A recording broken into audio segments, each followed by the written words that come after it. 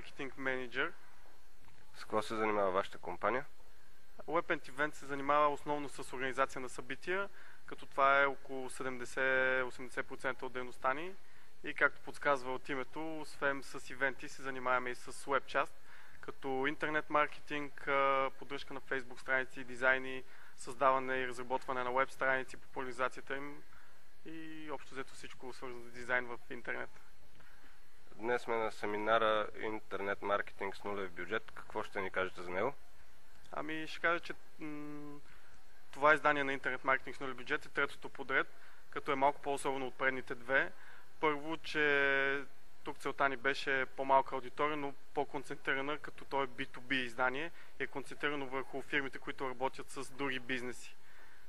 Какви събития ви предстоят? Събитията, които ни предстоят през този сезон са PR Guru, което е на 5 април и там целим да създадем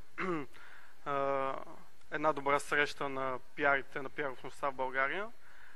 На 10 май ни предстои нещо много амбициозно, да съберем CEO общността на България или да направим една среща на висшите менеджери, управители, собственици на малък, среден и голям бизнес, където те да могат да обсъдят наболелите теми и да обменят опит, за да подобри българския бизнес и всеки да подобри собствената си компания, разбира се.